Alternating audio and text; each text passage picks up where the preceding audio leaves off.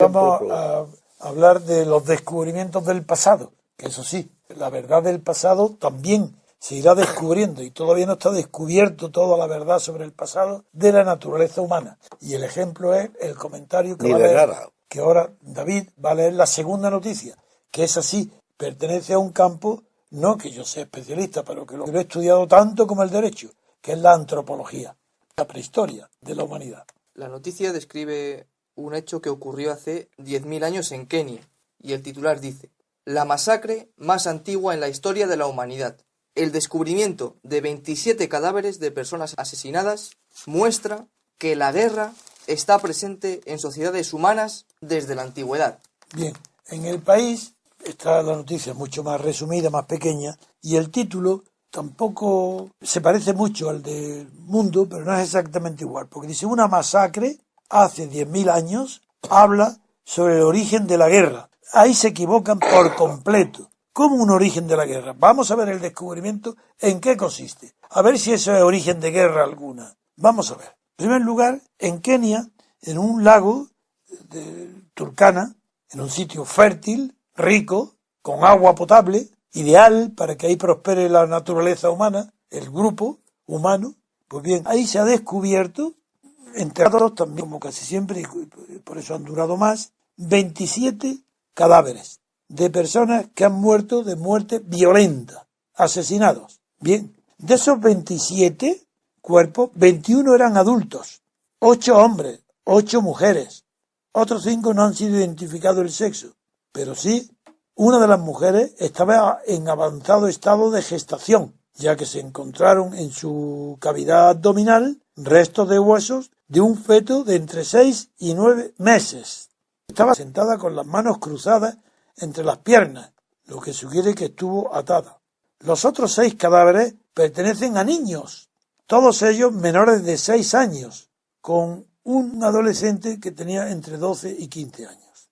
Nataru, que es el sitio de Kenia donde se ha encontrado esta evidencia, evidentemente es una evidencia de violencia, ya no podemos ni siquiera decir intergrupal, porque intergrupal implica una noción ya preconcebida de que hay un solo grupo. No, por la edad, por tener 10.000 años de antigüedad y por las características de los restos encontrados, se sabe con seguridad que ese grupo pertenece a la categoría antropológica de cazadores-recolectores, que han viajado recogiendo bayas, comida y cazando animales. Pero claro, el sitio es idílico. Hay agua potable, luego ahí ha durado la estancia o ha sido poblado previamente por un grupo, con lo cual la primera cuestión que se plantea para saber si eso es antecedente de guerra o no, hay que saber si eso pertenece ya a aquella época donde los recolectores cazadores,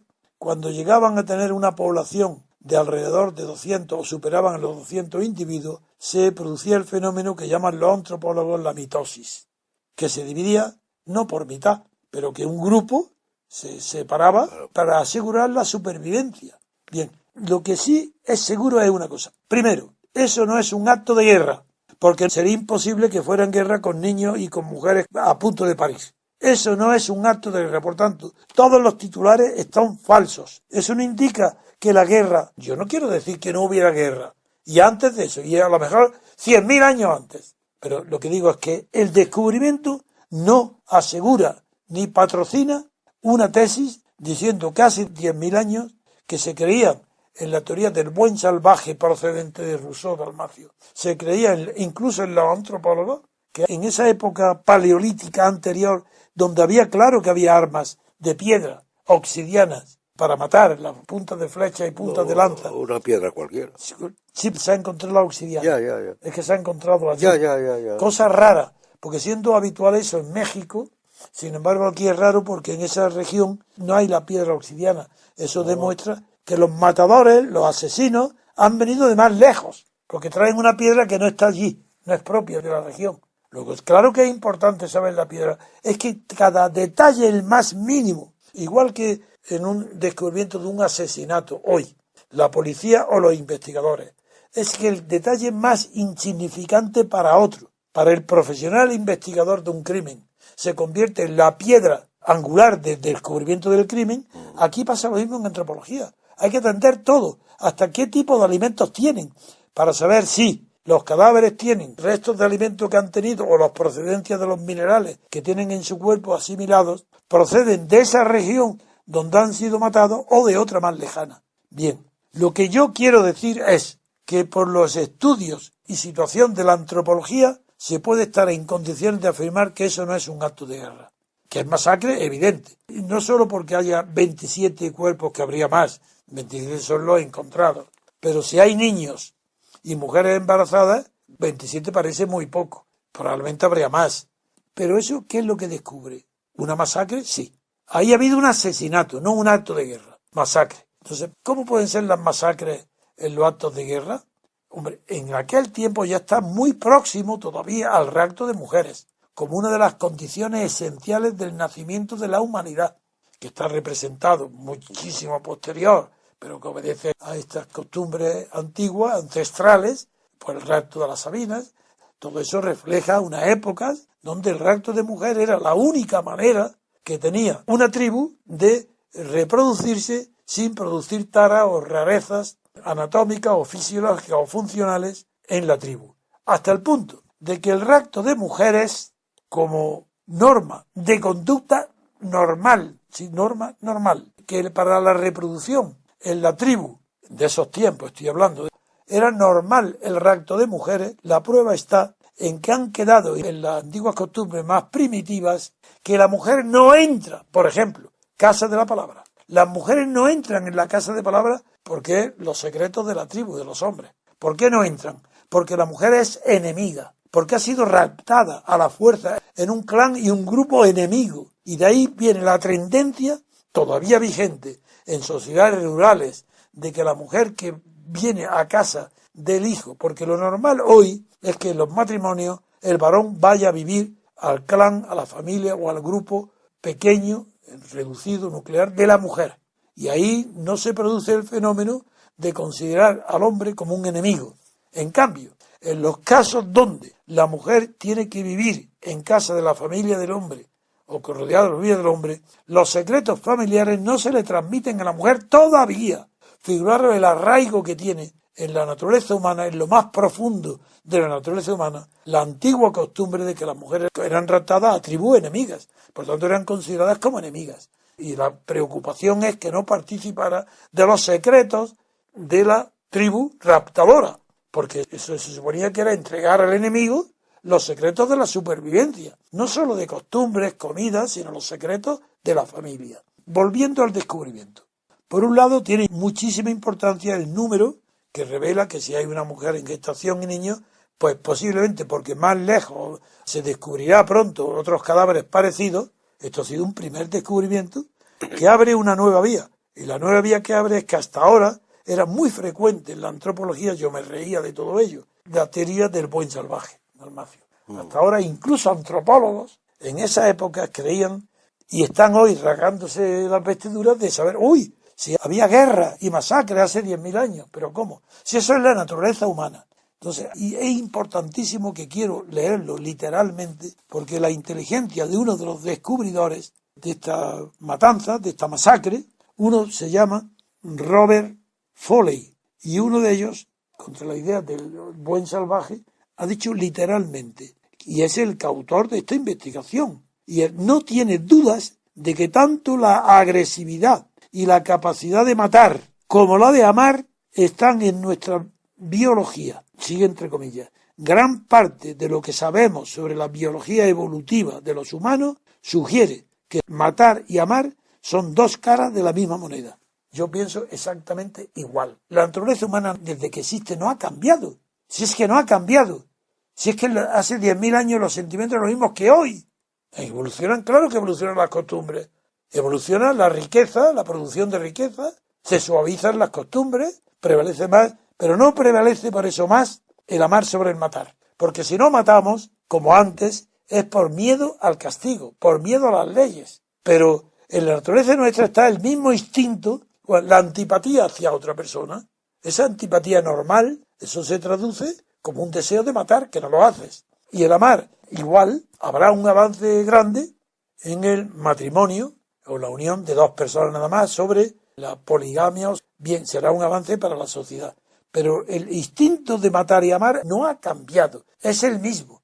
Y la importancia de este descubrimiento es muy grande, porque acaba con las tonterías de Rousseau sobre el buen salvaje y sobre el origen de la humanidad, que la humanidad ha degenerado. La humanidad no ha degenerado, la humanidad ha evolucionado a mejor, no porque sea mejor la naturaleza humana, esa es la misma. Igual. Lo que ha mejorado es las costumbres, los valores impuestos por la existencia en sociedad. La condición humana es lo que ha mejorado. Sí, La no la condición naturaleza, humana. la condición, claro, porque la condición humana la da la situación donde estás. Y la situación donde hoy viven los humanos no se parece en nada a la situación de hace 10.000 años. La naturaleza humana yo creo que es un misterio y que únicamente la experiencia histórica, que se traduce en la idea de condición humana, puede decir lo que es la naturaleza humana. Sí, pero no es tan misteriosa, porque es que hay parte de la genética que aún no conocemos. Ah, no, claro. Eso Es que hay un problema, naturaleza humana. Claro, es que hay Una cosa es la herramientas. naturaleza, Sí, a secas, y otra cosa es lo humano. sí, Lo humano forma parte de la naturaleza humana. claro. Y el quince está en cuando predomina lo La parte natural, biológica y la educación. Bueno, que ya, es la pero bueno, biología, si y lo natural. retrocedemos a... Lo humano es lo histórico. Sí, pero es que si retrocedemos muy poco a Pascal, si en Pascal está clarísimo las dos naturalezas. Pascal dice, hay una primera naturaleza, que es la animal, El y hay ángel- una segunda naturaleza, que es la moral. El ángel y la bestia. Y eso está en Pascal, El hombre ne pa ni ángel ni vete. así, ni ángel ni bestia. Quand il fait faire l'ange, un trompe o algo así, e fait la bête. Sí, hace un paso y hace... Es un dicho muy en un interesante de Pascal y además muy interesante políticamente. Sí, en fin, Yo lo que quisiera observar ahí venga. es que lo que está aumentando enormemente son los conocimientos de la prehistoria. Sí. Gracias a las técnicas, Bueno, gracias yo debo mi formación, una parte muy grande, a mi conocimiento de la prehistoria. Claro, es que es más, Es que he dedicado muchos años de mi vida a estudiar. gran parte de la prehistoria, de lo que hace años, por ejemplo, cuando los años 40, cuando Jasper escribe el origen de la historia, Sí, habla de un tiempo eje. Bueno, hoy en día se podría hablar, él mismo excluía del tiempo eje porque no se conocía entonces las culturas precolombinas de América. sí, Vamos, no lo sabía, no encajaban. Y luego eso tiene su encaje en lo que le decía el tiempo eje también, pero no se sabía. Pues igual que eso, ha progresado mucho el conocimiento de la prehistoria, de manera que mucho que antes era prehistoria, ahora forma parte de la historia. En muchos casos, por ejemplo, la historia de Oriente, Oriental, de América, el caso de América y la historia precolombina, no quiere decir que se conozca muy bien, pero sí, ya no es prehistoria, ya es parte de la historia. claro. Está aumentando el conocimiento histórico tremendamente. Por otra parte, todo eso de que si las masacres y tal, no podría ser un rito, por ejemplo, un rito religioso. Eso es imposible de saber. ¿Por qué? Porque no tenemos datos de hace 10.000 Bueno, años. yo no digo que lo sea, yo digo si no podría ser. No, es una hipótesis. Pues, Claro, se yo puede- no digo, puede ser. Yo no o puedo sea, negarlo ni que no sea un afirmarlo. acto de guerra, sino que No, sea, actos de guerra seguro que no. claro, que Eso seguro que no. que puede ser un rito religioso, como en los aztecas. Bueno, hoy hay ritos religiosos en Estados Unidos, la gente que se mata de las sectas, Exactamente, que se también podría matan ser todos juntos. un suicidio. No, pero en este caso no. Vamos, no quiere decir que lo sea. No, en este caso no. Las pruebas que hay ya Quiere decir que son... afirmar que es un acto de guerra, No, esto ha sido una masacre, hecha por otros, sí, pero bueno. no pero- por sí mismos. ¿Pero por qué? Por los ¿Por restos guerra? que quedan. No, guerra nada. Guerra no, porque no están en actitud defensiva. No habría mujeres embarazadas. No habría niños con 2 años y con 3 años. En un acto de guerra no. Y si hay una invasión de otro para ocupar el territorio, ha producido una masacre. No ha habido batalla. No ha habido actitud de guerra ni de huida. No. Eso se sabe, eso se descubre bien. Es mejor que la policía. Eso es seguro. ¿Que ha habido masacre? Sí. ¿Acto de guerra? Seguro que no. Pero eso no tiene nada que ver, porque puede ser de que hace 20.000 años se descubre un acto de guerra. Yo no estoy diciendo que sea imposible que antes hubiera... No. Digo que lo que se ha descubierto no es guerra, es masacre. Afirmarlo no tiene sentido. No, nada. Es que sobre la prehistoria, ni hipótesis. pues hay muchos inventos ingenuos muchas veces. Teilhard de Chardin se inventa, no me acuerdo ya, Sí, el la parusia. El lomo... No, la parusia, es decir, hasta físicamente, que le van a crecer la cabeza como los huevos, como lo llevaban Stephenson, la cara de huevo, es que lleva Taller de Chardin hasta el extremo de creer que en la parusia y la unión de esa raza crecerá de tal manera. Hombre, hay en China, yo tengo aquí, como sabe mi afición al arte, yo tengo una estatua de marfil del siglo XVII, que es el dios de la fecundidad. Es un dios, un hombre de pie, con una túnica, precioso el de arte, con un árbol de melocotón en la mano, un tronco de melocotón, en la otra mano un melocotón enorme, y su cabeza un huevo de una proporción enorme. Entonces ahí ves que incluso la idea de la fertilidad, el huevo, todo eso está incorporado a la idea del arte en China. Yo tengo esa estatua que luego, si no la has visto, te la enseñaré antes que te vayas, porque es preciosa. Pero vamos al descubrimiento. En este descubrimiento la importancia que tiene es lo que ha dicho Foley, que es evidente, y es que es una misma moneda, el instinto de matar y de amar. Son dos caras de la misma moneda que se ve, y hoy, claro, se llama cultura, no civilización. Cuidado, otro error fecundo. Es la evolución de la cultura la que hoy hace posible, salvo la guerra, pero que se regule en tiempos de paz y no de guerra, está regulada en las costumbres, el amor y no la guerra. Cuando en mayo del 68 dice hacer el amor y no la guerra, pues es una frase, una bobada. Pero es una bobada, porque en tiempos de guerra se hace el amor más que los tiempos de paz. Por ejemplo, un descubrimiento que a mí me llamó muy fuerte el interés. En los campos de concentración nazis de los judíos, sabiendo ya que iban con los crematorios, lo veían, si lo sabían, el instinto de amarse y de reproducirse era más fuerte que nunca, antes de la muerte. Sabiendo que van a morir, amarse, el instinto de amar. Vaya dato.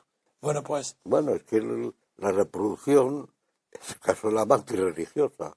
Bueno, el que mata al marido. Que mata al macho cuando se ha reproducido. Sí. Y además parece ser una constante que cuando hay guerras, luego nacen más hijos. Sí. Sobre todo, y además, curiosamente, más mujeres. Bueno, eso ya es la ley de Hamilton la que lo regula. Y lo regula en todo tiempo. No sé lo que regula, pero parece que nacen más mujeres cuando hay guerras o cuando hay...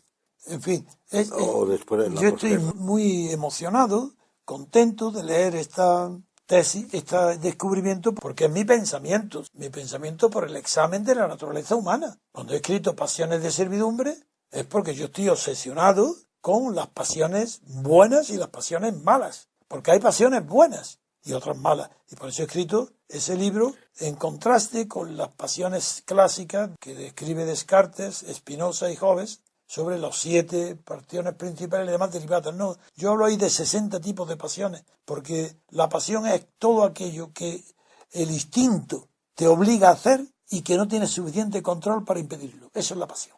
Todas las pasiones son buenas. No, todas no, que va. No, las pasiones, no todas no son buenas. Ahí entra ya el vicio y la virtud. No, hombre, que yo te cojo ahora mismo, me acerca el libro de las pasiones de servidumbre y, Sí, y hago una clasificación de pasiones buenas y pasiones malas. Pero dando por supuesto que hay pasiones degeneradas y no... Bueno, no hace falta que lo del no. Digo, en fin, la noticia esta tiene muchísimo interés. Los cazadores, ¿por qué dice cazadores?